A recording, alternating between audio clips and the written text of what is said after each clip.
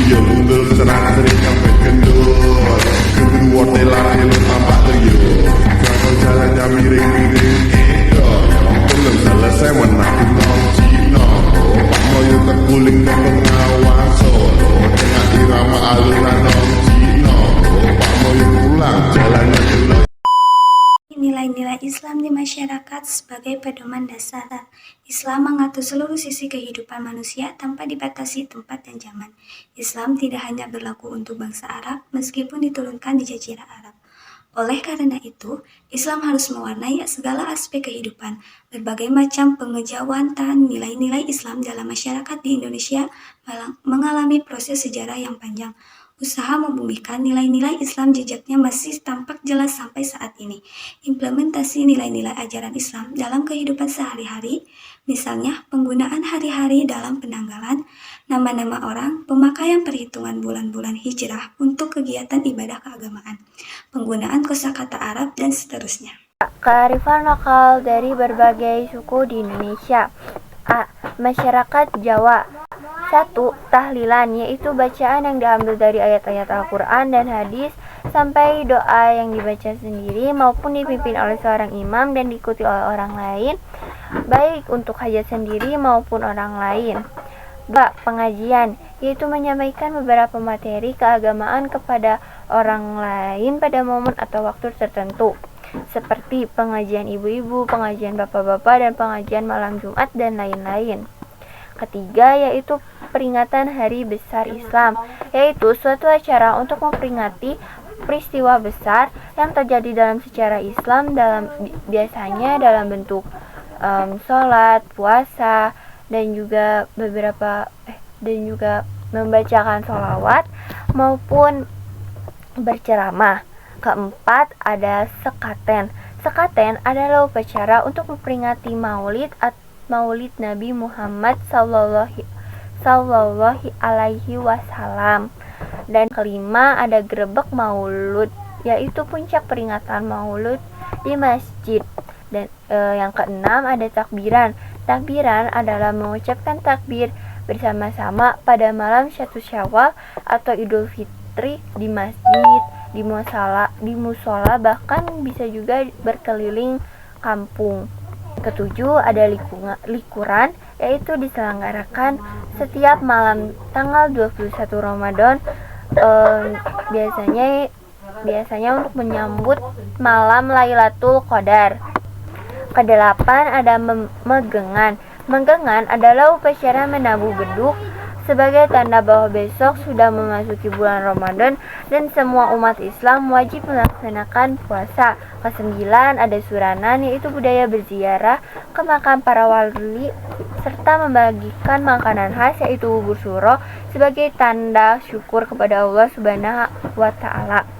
Kesepuluh, ada nyadran, yaitu ziarah kubur dan menghormati orang tua ataupun leluhur untuk mendoakan arwah tersebut. Biasanya juga pada nyadran ini bisa juga untuk membersihkan makam tersebut. Ke-11, ada lebaran ketupat. Lebaran ketupat itu adalah lebaran yang dilakukan seminggu setelah pelaksanaan Hari Raya Idul Fitri.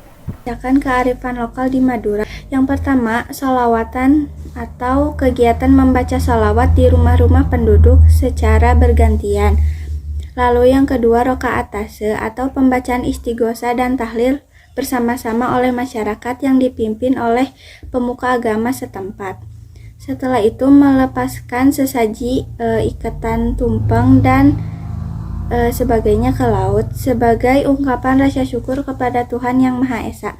Yang ketiga, rokaat atau diadakan jika dalam suatu keluarga hanya ada satu orang laki-laki dari 5 bersaudara, yakni mengundang topeng yang diiringi dengan alunan musik gamelan, sembari dibacakan macapat atau mamaca.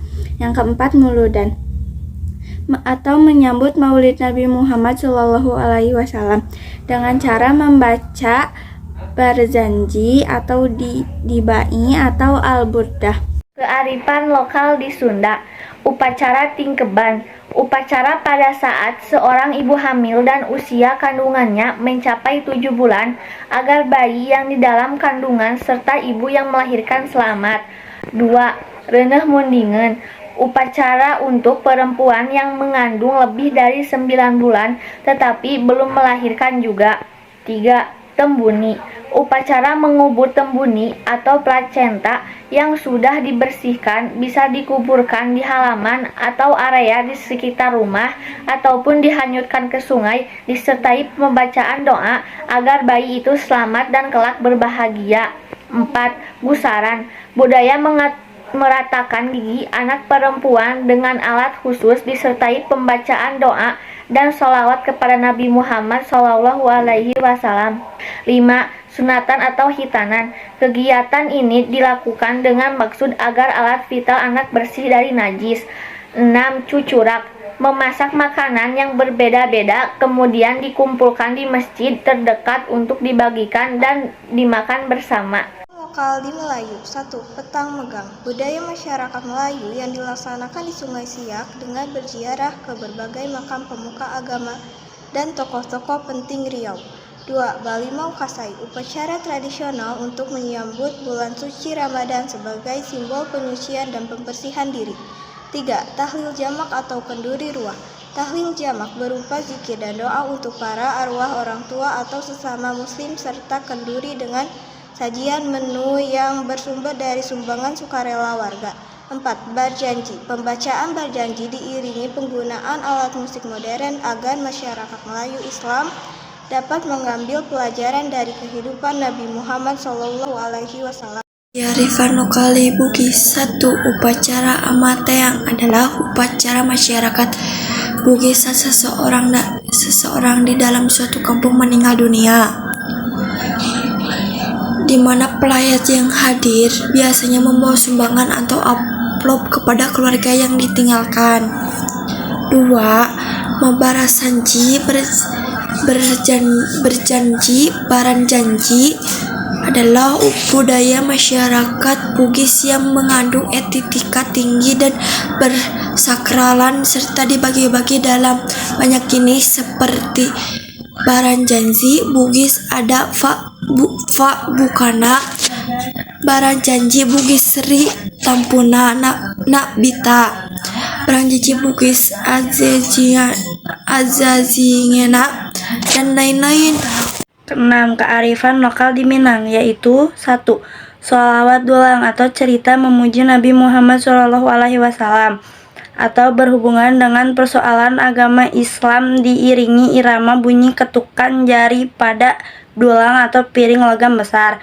Biasanya dilakukan untuk memperingati hari-hari besar agama Islam dan Alek Nagari.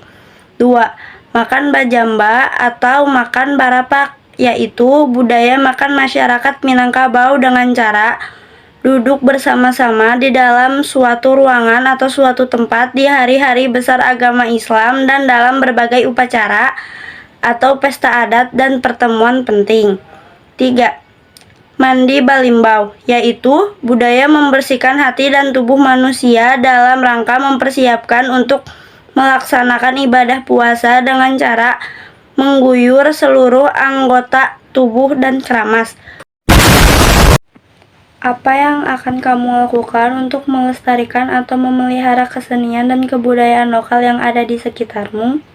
2. Bagaimana sikapmu jika ada salah seorang teman mengajak kamu mengikuti salah satu acara kesenian atau budaya lokal yang bernuansa Islami? 3. Apa tindakan kamu jika melihat salah satu teman menghina atau mengejek kebudayaan lokal di Indonesia yang bernuansa Islami di sekitarmu? 4. Sebutkan berbagai seni dan budaya bernuansa Islam dari Melayu. Jawabannya adalah dengan cara mempelajari tarian dan juga alat musik daerah tertentu. Yang kedua, bisa juga dengan cara menggunakan pakaian adat istiadat sesuai dengan acara-acara tertentu.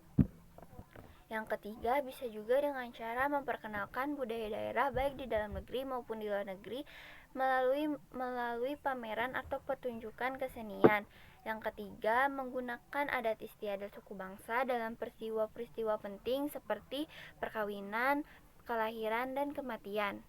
Jawabannya adalah menerima ajakan temanmu, karena kegiatan tersebut merupakan salah satu cara untuk melestarikan kesenian atau budaya lokal yang bernuansa Islami.